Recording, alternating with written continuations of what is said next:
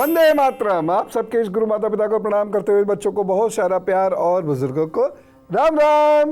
जब ग्रह गोचर खराब होता है तो हमसे कुछ ऐसे काम हो जाते हैं जो हमारे लिए जंजाल बन जाते हैं, खास तौर से पैसे का लेन देन। अब देखिए, अब हम सामाजिक प्राणी हैं, कहीं उधार भी देना पड़ सकता है, कहीं निवेश भी करना पड़ता है।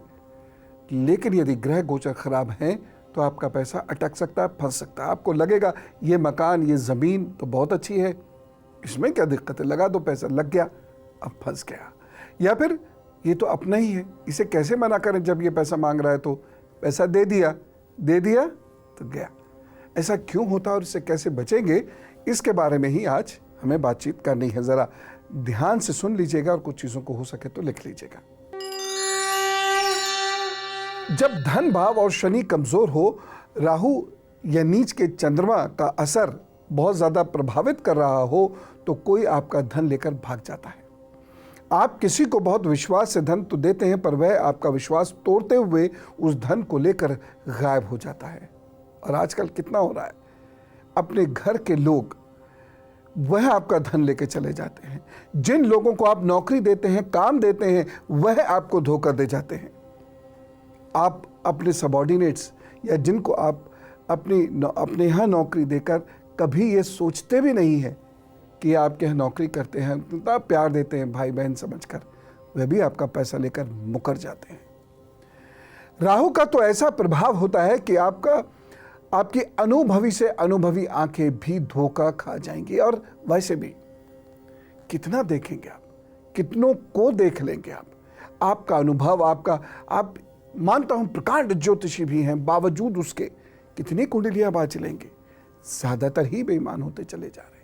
ऐसे में आपको उपाय करने चाहिए कि बुरे लोग जल्द से जल्द आपकी टीम से निकलें और अच्छे लोग जल्द से जल्द आपके साथ आए, तभी आपकी तरक्की होगी और शांति भी आपको मिलेगी।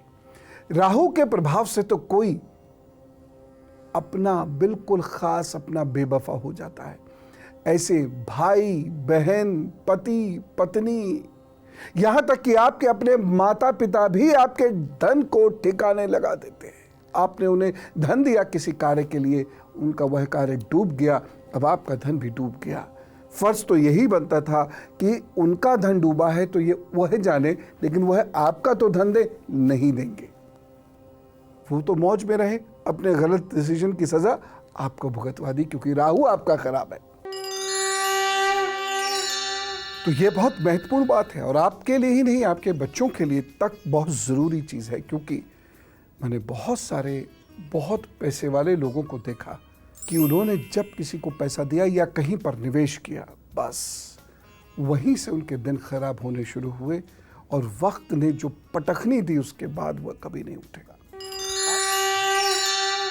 अब मैं आपको आपके हाथ पर कुछ लक्षण बताता हूं, फिर आप जान जाएंगे पैसा फंसेगा कि नहीं फंसेगा। यदि यहाँ से इस तरीके से लाइन टूटकर यहाँ पर रुक गई है तो इसका मतलब तय मानिए कि आपका धन कहीं रुकेगा, कहीं फंसेगा, कहीं अटकेगा। यदि ये आपकी लाइफ लाइन है, ये भाग्य रेखा इस तरीके से कहीं कट रही है और यहाँ पर कट रही है, तो ये हुआ 36, और यहाँ पे अगर ये छोटी सी कट रही है तो मान लीजिए 45, ये मान लीजिए 60। अगर इस तरीके से ये कई जगह बट गई है तो भी ये मान लीजिए कि लोगों की वजह से आपके धन की हानि होगी, धन का नुकसान होगा। यदि यहाँ पर ऐसे करके ये क्रॉस से आ जा रहे हैं तो भी मान के चलिए कि आपका धन किसी दिन मारा जाएगा या आप इन्वेस्टमेंट में उसे डुबो देंगे। यदि आपका ये रेखा इस तरीके से यहाँ पर हो जा रही है और नीचे क्रॉस लगता है तो भी इस बात का ये मतलब है कि कोई आपका धन मार लेगा, या कहीं आप ऐसा गलत निवेश कर देंगे, किसी को दान में या किसी को उपहार में दे देंगे या किसी को ब्याज पर दे देंगे, किसी की मदद के लिए दे देंगे, वह धन फिर आपका वापस आएगा नहीं। अगर आपके यहाँ या यहाँ तिल आ जा रहा है तो इसका मतलब ये है कि आप बहुत शीघ्र किसी धनहानि से गुजरने वाले हैं। आपका धन कहीं अटक जाएगा और ऐसी जगह अटकेगा कि आप कुछ धन मांग भी नहीं पाएंगे। एक चीज़ मैं ज़रूर आपसे यहाँ कहना चाहूँगा और मेरी बात को बहुत ध्यान से सुनिएगा। यहाँ पर कभी कभी एक रेखा इस तरीके से हो जाती है। ऐसे लोगों के, ये बहुत बारीक होगी, ऐसे गौर से देखेंगे तभी दिखेगी। अगर आपके हाथ में ऐसी रेखा है और आपके पास किसी का धन है तो आप ही फोन कर करके या जब भी आप मिलें तो उसे याद दिलाते रहिएगा कि आपका धन मेरे पास है, किसी कारणवश दे नहीं पा रहा हूं या दे नहीं पा रही हूं, लेकिन ये बात तय है कि जैसे ही वह चीज़ मेरी परेशानियां ख़त्म होंगी वो आपको आपका धन लौटा दूंगी या लौटा दूंगा। और देखिएगा इसके बहुत सकारात्मक परिणाम आएंगे। अन्यथा आपके पास किसी की धन संपत्ति या कोई भी कीमती चीज़ है और आपके हाथ पर ये रेखा है, आपने वह वापस नहीं की, तो ये समझ लीजिए कि आपका वंश ही नहीं, पीढ़ी दर पीढ़ी धन की कमी और रोग से जूझते रह जाएंगे, ठीक नहीं हो पाएंगी। तो परेशानी अपनी जगह है, लेकिन हमारे विद्वानों ने, मनुष्यों ने जो हमारे को उपाय दिए हैं वो अपनी जगह हैं। उपाय नोट कीजिए, उपाय कीजिए। प्रभु ने चाहा तो रुका फंसा पैसा आपका जरूर वापस मिलेगा। आप छोटा सा शनि का यंत्र बनाकर स्वयं धारण कर सकते हैं। जिन लोगों का पैसा भूमि में फंस गया है या मकान में फंस गया है वह मंगल यंत्र धारण कर सकते हैं मंगलवार को। मैं आपको एक बहुत अच्छा उपाय बताता हूं। यदि आपके घर वालों की वजह से, रिश्तेदारों या मित्रों की वजह से आपका पैसा कहीं उलझ गया है, फंस गया है, उन्हें आपने उधार दे दिया है, वो वापस नहीं आ रहा है, तो क्या कीजिए, ह्रीं क्लीं चामुंडाय विच्चे वा दुर्गे दुर्गे रक्षुणी स्वाहा के मंत्र से हर अष्टमी को यज्ञ करना शुरू कर दीजिएगा।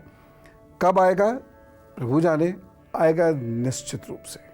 एक और विशेष उपाय मैं आपको बताता हूं। मंगलवार को सरसों या चमेली के तेल की अखंड ज्योत जरूर जलाइएगा।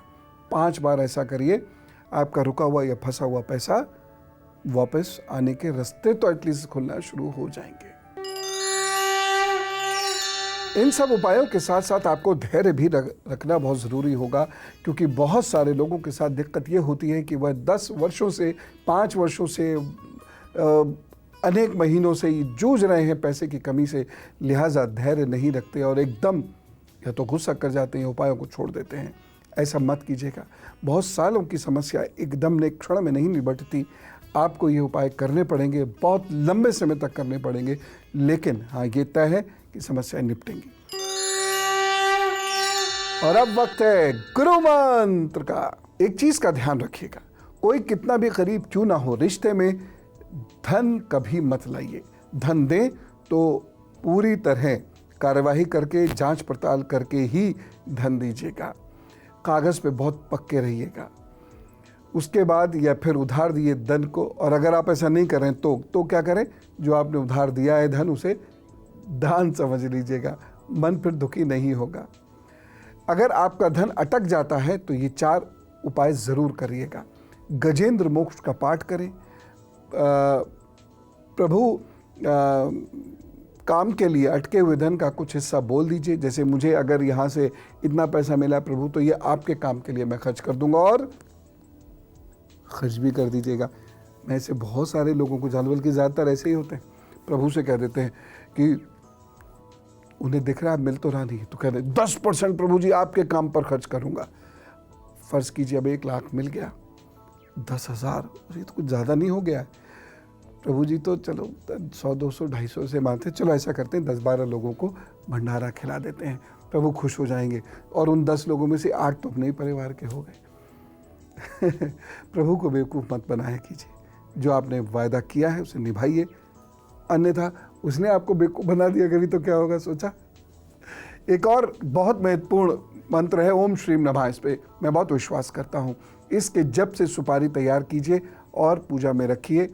जिसने धन मारा है उसका नाम एक कागज़ पर लिखकर पत्थर से दबाकर वही सुपारी उस पत्थर पर रख दीजिए। प्रभु ने चाहा तो धन आ जाएगा। वो व्यक्ति पूरा बदले ना बदले, कुछ तो शायद बदल ही जाएगा।